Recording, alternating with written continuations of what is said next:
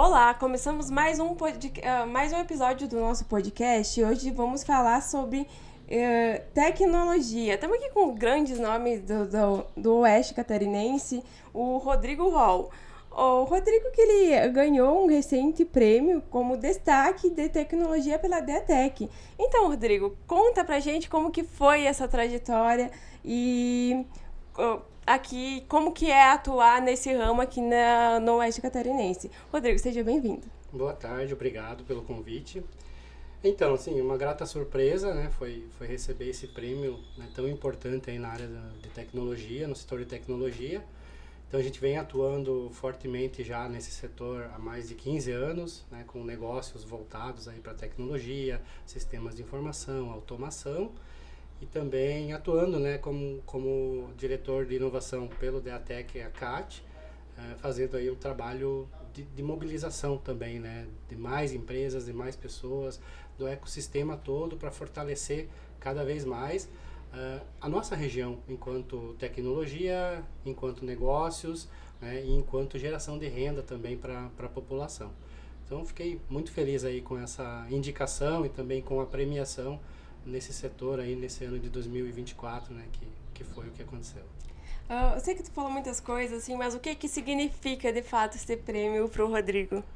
Eu acho que assim significa muito reconhecimento, né? Significa que vale a pena, né? Todo esforço que a gente vem empregando, não só dentro da empresa, mas olhando para a sociedade, olhando para o contexto geral da economia, né? Tanto do município quanto do estado, que além da participação que eu tenho no DEATEC, né? Eu também faço parte da Vertical Manufatura, né? Como head de polos de Florianópolis, né? Da ACAT. E também sou coordenador do GT de Tecnologia do Shop Hub, que é o nosso ecossistema local de inovação. Então, você receber esse prêmio mostra que realmente todo o empenho, todo o investimento, toda a participação, todo o tempo, né, que a gente colocou em prol dessa questão voluntária tem esse reconhecimento, né, tem esse retorno, tem essa apreciação. E isso motiva a gente a continuar, né? E a fortalecer e incentivar mais ainda empresários e pessoas a participar desses movimentos. Então, tu começou nessa carreira há 15 anos atrás, né? Então, queria saber um pouco da sua trajetória, o que te inspirou a começar a construir sua empresa e a chegar até aqui em 2024, ano passado, e receber esse prêmio. Muito bacana. Eu tenho, assim, bastante orgulho, assim, da minha trajetória, né? Eu comecei muito jovem já a trabalhar, né? Vim de uma família bem humilde. Trabalhei um tempo na Sadia, né? Quando ainda era Sadia, e ali que eu comecei a descobrir esse gosto pela tecnologia, né? Eu trabalhava na controladoria e eu comecei a criar soluções em Excel, coisas para facilitar a vida minha e das pessoas que estavam ao meu entorno. E é ali que eu decidi que eu quero programar, eu quero criar soluções e tal. E fui fazer faculdade, aí saí dessa dia, fui trabalhar na empresa de tecnologia, mas sempre com aquela vontade de fazer mais, de fazer algo que realmente eu sentia que era necessário para o mercado ou para as pessoas. E foi aí que eu decidi empreender, né? Então juntei ali alguns colegas, alguns amigos que tinham, né, uma afinidade com o negócio e a gente fundou a .SC, que é uma empresa de engenharia de software, né? Então, já voltada para essa questão, né? Criar soluções para resolver os problemas das empresas e das pessoas. E agora, tipo, aqui pensando, o pessoal que não entende nada de tecnologia, o que é uma empresa, o que é a Dotse?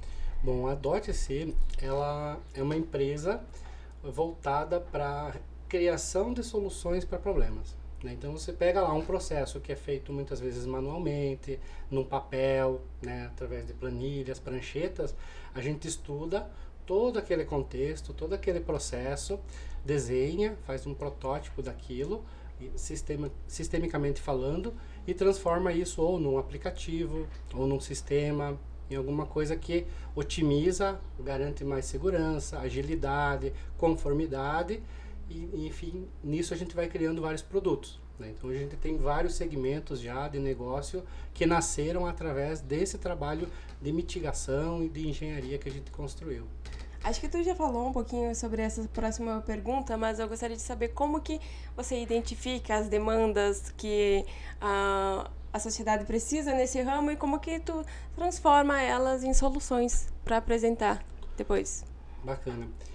Acho que isso é bastante amplo, porque a gente encontra necessidade a todo momento. Eu, particularmente, eu já devo ter uma gaveta lá com uns 30 projetos de coisas que eu vi, que eu achava que seriam interessantes, soluções interessantes para mim ou para alguma situação que eu tenha detectado.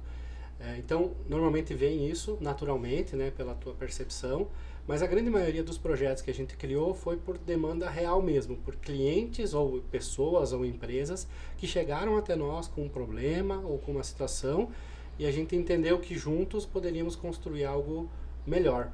E aí nasciam então essas soluções que a gente hoje tem no nosso portfólio, enfim, no mercado aí. E eu gostaria de saber um pouco também sobre a tua atuação ali com a DEATEC. Tu comentou que tem uma proximidade, que é bastante ativo ali na DEATEC. Sim.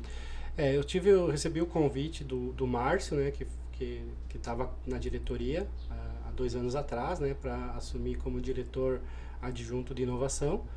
Né, foi um grande orgulho também, né, receber esse convite e, ao mesmo tempo, um grande desafio. Mas realmente eu tentei fazer o melhor que eu podia dentro da minha, né, possibilidade enquanto também empresário, né, pessoa e voluntário, mas eu estive sempre envolvido em todas as situações, né, que pudesse estar incluindo dentro da jornada ali que eu podia ajudar, comissão, a organização da feira, a participação de eventos, colaboração, a gente sempre estava disponível. E eu acho que isso fortaleceu muito também o grupo, né? Porque assim como eu, vários outros empresários também estiveram nessa mesma movimentação, né? Eu acho que o engajamento que a gente conseguiu trazer nesses últimos 2 anos para o DEATEC, né? Com a direção do Márcio, com a Viviane, à frente ali da parte mais de organização, né? Da associação, foi muito importante para isso, né? Eles sempre puxaram também, incentivaram e deram essa autonomia para que a gente, né, enquanto diretores dessas áreas, pudéssemos atuar, né, e tomar frente de algumas iniciativas, fazendo com que o DEATEC realmente ganhasse força. E eu acho que a gente conseguiu obter assim, um bom resultado, né? Conseguimos tirar aí do papel primeiro o Parque Desbravale, que aconteceu lá na IFAP, né, no ano de 2023, que foi muito bacana, foi uma experiência que a gente teve ali enquanto DEATEC, enquanto grupo, né, de tecnologia se formando, se unindo, e principalmente agora, né, no final do ano passado, que a gente conseguiu levantar a Feira Desbravale, que foi um grande sucesso aí para todos que participaram e acho que, né, deixamos aí um legado interessante para frente. Bacana. E o Chap Hub, o que é o Chap Hub? Explica para a galera de casa entender como funciona, o que faz, como participa. Bom, o Chap Hub é uma iniciativa muito legal, né, que nasceu pelo Sebrae. Então o Sebrae mobilizou, né, e criou isso em várias cidades do estado. É um grupo também de empresários, só que aí são de todos os segmentos, né, de vários segmentos, que se unem para criar uma espécie de ecossistema, né? Um conjunto de pessoas através de uma estratégia que foi baseada numa metodologia onde foram mitigadas as principais necessidades que o município tem, né, no que tange à inovação. E aí a gente identificou, né, também nesse mapeamento que alguns pontos eram importantes e criou essas situações, esses grupos de trabalhos temáticos, né? Então tem um grupo de tecnologia, tem um grupo agro, tem um grupo na área da saúde, e aí esses grupos eles trabalham individualmente, né, com algumas iniciativas, algumas ações, fortalecendo outras entidades, conectando, né, vários players, seja governamental, privado ou da educação, né? Então fazendo com que a Tríplice Hélice funcione mais efetivamente. E aí o nosso papel ali, enquanto GT de tecnologia, também é fazer toda essa conexão. Então a gente acaba criando várias iniciativas, inclusive no último ano a gente participou do Prêmio Nacional de Inovação, PNI, e ficamos entre os finalistas, né? Saiu, se eu não me engano, Florianópolis, acho que foi a campeã, mas a gente estava ali entre os 4 finalistas, que já traz assim um reflexo né, de um resultado bacana no que tange a inovação, né, para um prêmio que é já nacional. Então, além dessa parte, né, que tem os GTs, que são os grupos, a gente também tem uma governança, né, que cada líder ali dos GTs fazem parte dessa governança, e aí são definidas algumas diretrizes, feitos alguns objetivos, repassadas algumas estratégias para que a gente consiga manter essa roda, né, do ecossistema funcionando. E as pessoas que querem participar, é aberto, né? Qualquer pessoa pode procurar alguém do Shop Hub, se identificar em qual área, digamos assim, faz mais sentido, como pode colaborar e fazer parte. Então a gente tem reuniões assim, ordinárias, né? Frequentes, e vai debatendo aí temas que são decididos nessa organização, tipo, normalmente no início do ano, no planejamento estratégico que a gente faz. Agora, falando sobre isso de trabalho em equipe, de comunidade, de que forma que tu vê que tua empresa ela contribui para o desenvolvimento da comunidade ou do setor da tecnologia como um todo? Bom, eu acredito que a gente contribui de várias formas, né? A gente já tem aí, são 13 anos de empresa, 14 anos quase. A gente já participou de muita coisa, né, como voluntariado, né, já atuou em muitas associações e vem atuando fortemente também, promovendo, acompanhando, ajudando. Elaboramos também nossos relatórios de sustentabilidade, né, trazendo um pouco mais esse viés, né, de olhar para não só para dentro, mas olhar para o macro, olhar para todo o impacto que gera.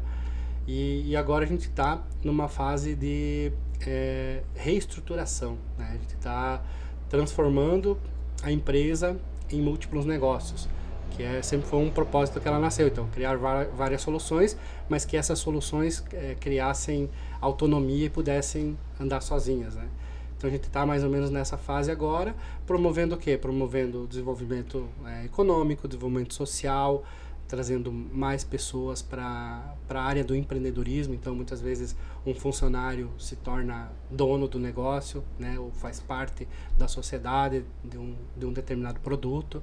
Então a gente vem fortalecendo muito esse contexto, né, e obviamente, né, a empresa em si colabora, né, a gente é parceiro do programa Viver. Então nós fornecemos para eles gratuitamente, já tem acho que uns 4 ou 5 anos, o sistema de gestão deles lá. Então eles fazem toda a gestão financeira através da nossa solução, sem custo nenhum, com o nosso suporte, né, com o nosso cuidado ali. Então muitas coisas assim a gente atua.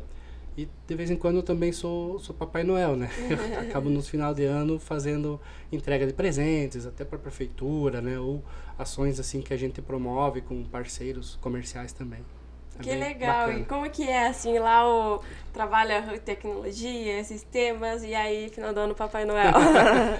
É muito bacana, assim, porque eu acho que a gente precisa ter um pouquinho de cada coisa, né? Tem um momento que é tecnologia, que é aquele momento de foco, de complexidade, de dificuldade, mas também tem aquele momento de interação, de entrega, né, de troca. Então a gente vive muito isso. Até dentro da empresa a gente tem uma cultura muito aberta, assim. A gente criou um programa já tem um tempo que se chama Dot Lab, que é o nosso laboratório de inovação interno, né? Então a gente se reúne para debater, para discutir, para comer um docinho e, sabe, sair um pouquinho daquela bolha tecnológica, daquela questão que é o trabalho, que é o que o mercado demanda e digamos assim, renovar a mente, né? Para que a criatividade também surja de forma mais natural. Bacana. E com todos esses anos de experiência no ramo, quais que são os princípios de liderança que tu considera fundamentais para liderar uma equipe de tecnologia? Nossa, essa é uma pergunta de ouro, né? Será que eu falo? Bom, eu acho que assim, não só na tecnologia, mas o princípio de liderança tá muito voltado com saber ouvir, né? Você ouvir, conseguir entender bem o que está acontecendo em ambos os lados e você ter uma visão para onde que você quer direcionar isso. Eu acho que a liderança é um dos grandes desafios que a gente ainda enfrenta, não só na minha empresa, mas acredito que em muitas empresas, porque ela não é, digamos assim, algo tão fácil de ensinar, né? Ela não é como se fosse uma programação que você tem lá um passo a passo para desenvolver um código, né? A liderança, ela envolve muitos outros sentidos que a pessoa precisa muitas vezes ter o perfil. Então, eu acho que essa capacidade de ouvir, essa capacidade de se comunicar, ela é extremamente importante para a comunicação e o alinhamento com a estratégia. Então, se você unir essas três coisas, né, ouvir, comunicar e estar alinhado com a estratégia, você consegue ter um bom líder aí à frente da tua equipe, né? E agora, falando de futuro, quais tendências tecnológicas você acredita que vão ter mais impacto no futuro e como que a Dotse está preparada para recebê-las? Eu acho que, sem dúvida nenhuma, né, a gente está falando de inteligência artificial, né, em termos globais, aí, com uma força muito grande. A robotização também está vindo muito forte e automação, né, de processos através tanto da IA quanto de automação. Então, acho que isso é uma coisa que vem muito rápido também, né, e muito agressivo para o mercado. A gente já vem atuando já com inteligência artificial, aplicando ela dentro das nossas soluções para que os processos se tornem mais inteligentes, dentro do nosso processo de atendimento também, para que a gente consiga atender o nosso cliente de maneira mais ágil, mais rápida, mais assertiva, né? Mais ágil, mais assertiva e também muitas vezes com uma assertividade melhor, com uma garantia de que o cliente vai conseguir receber aquela informação sem nenhum tipo de viés, né? Porque muitas vezes a gente tem essa questão por questão de experiência, por questão de humor, por questão de muita coisa, do cliente receber uma informação não tão completa quanto ele deveria. E com a IA a gente não tem essa dificuldade, porque ela realmente vai seguir, né, o aprendizado que ela teve e ela vai tentar trazer a melhor resposta possível para o cliente. Obviamente que não vai eliminar o ser humano dessa estrutura, mas agiliza muito para o cliente, diminui os custos para o lado da empresa, porque você tem menos pessoas, digamos assim, para fazer coisas mais repetitivas, mais simples, e você consegue transformar essas pessoas em seres mais intelectuais, que vão buscar outros papéis, né? Pessoas que vão evoluir enquanto profissionais para pegar muitas vezes uma atividade que venha muitas vezes trazer maior resultado, maior efetividade, maior desafio para eles. Porque a gente é movido por desafio, né? E agora uma pergunta assim aleatória, mas não é aleatória, mas acho que é muito presente atualmente a inteligência artificial, não tem como não falar dela. Então acho que é o futuro, a inteligência artificial, temos que conter ela ou lidar com ela. Acho que tu já respondeu um pouco, mas falando em termos mais claros. Eu acho que conter é uma coisa que a gente nem conseguiria mais, né? Conter é muito difícil. A gente vai ter que aprender a lidar com ela. A gente vai precisar entender como aplicá-la da melhor maneira possível. Então, se a gente falar no meio de comunicação, né, muita coisa você já consegue agilizar demais com a inteligência artificial, né? Você consegue ter uma velocidade muito maior. O que a gente precisa ter são pessoas muito bem capacitadas para avaliar se aquilo que foi criado por uma inteligência artificial de fato é algo correto, relevante, verídico, né, coerente com o que se precisa. Né, isso falando de um meio só, mas a gente tem inteligência artificial aplicada para milhares de coisas já, né? Então, eu acredito que ela vai ser cada vez mais presente na nossa vida, querendo nós ou não. A gente já vive com ela no nosso bolso, na nossa sala, em todos os lugares que a gente frequenta. Ela não vai deixar de existir se eu não usar, né? Exatamente. Se você disser, não, eu não quero, elimina a inteligência artificial da minha vida, você vai ter que mudar para Marte, sei lá. Mas enfim, o setor da tecnologia, acho que ele muda muito rápido. Então, eu gostaria de saber como que você lida com crises ou mudanças inesperadas no mercado? Essa é uma pergunta interessante, porque é o que a gente viveu, assim, né, recorrentemente agora com a pandemia, um caso, assim, extremo, né, de uma mudança drástica. Eu acho que ninguém estava preparado, obviamente, para isso, mas o que acontece? Dentro de uma organização, dentro de uma empresa, a gente tem um plano, a gente tem um planejamento, né, e uma organização. Dentro dessa organização, a gente já prevê possíveis mudanças, possíveis alterações no curso. No entanto, não são tão grandes, né, quanto o que aconteceu na pandemia. O que faz com que a gente esteja preparado para uma grande crise, para uma grande mudança, seja tecnológica, seja de mercado, seja falta de mão de obra, por exemplo, é você conseguir ter os seus mecanismos, né, de proteção. Então, no caso da pandemia, a gente quando veio, a gente conseguiu rapidamente alocar todo mundo trabalhar em home.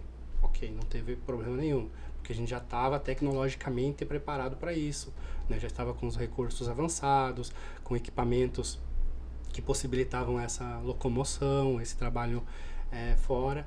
Então, isso foi uma questão prática que aconteceu. Mas se o mercado oscilar, se a coisa, tipo, se uma guerra impactar em algum processo que a gente atua, então a gente tem sempre um plano B, né? Até por isso que a gente tem alguns segmentos que a gente atua, para a gente não ficar 100% dependente, por exemplo, do setor de transporte, ou 100% dependente do setor de indústria. Então a gente, enquanto empresa, já atua com uma verticalização, né, de soluções que ajudam nesse equilíbrio, nessa facilidade de você lidar com possíveis crises. Então, dá uma crise no transporte, a gente consegue compensar com uma crise da indústria, com o setor da indústria que, por exemplo, está em alta. E agora, para a gente finalizar, que conselho você daria para empreendedores que estão começando agora no ramo da tecnologia? Um conselho que talvez você, quando começou lá 15 anos atrás, gostaria de ter recebido. Eu acho que só comece. Né? Comece, não desista, porque você vai cair muitos tombos, é natural. E é importante, muitas vezes é importante a gente errar para a gente aprender com a experiência. Né? E acho que esse é um ponto fundamental. Começa. Eu vejo muitas pessoas, e eu conheço muitas pessoas que são fantásticas, são muito boas, mas elas não começam, elas ficam protelando, né? E muitas vezes elas perdem uma oportunidade muito grande por encarar o risco, né? Então, se tem medo, vai com medo mesmo, né? E aí, beleza, se não der certo, não é o fim do mundo. Você aprendeu com aquilo, você recomeça, você busca outras parcerias e avança. Mas o principal é isso, é não ter medo, buscar digamos assim, as conexões certas. Eu acho que isso, para mim, foi fundamental e ainda é fundamental sempre, né? Buscando boas relações, mentorias, né? Pessoas que eu consiga me espelhar e seguir o exemplo. E eu acho que a gente hoje vive, porque na minha época, quando eu comecei, a gente não tinha vamos dizer, todo o apoio que hoje um empreendedor iniciante tem. Né? A gente tem muita coisa que fomenta, que ajuda, que dá a trilha do empreendedorismo, que lá atrás a gente não tinha, a gente foi na cara e na coragem mesmo, né? Então eu acho que hoje é basicamente começar, porque se começar vai achar o caminho para avançar, não tem dúvida.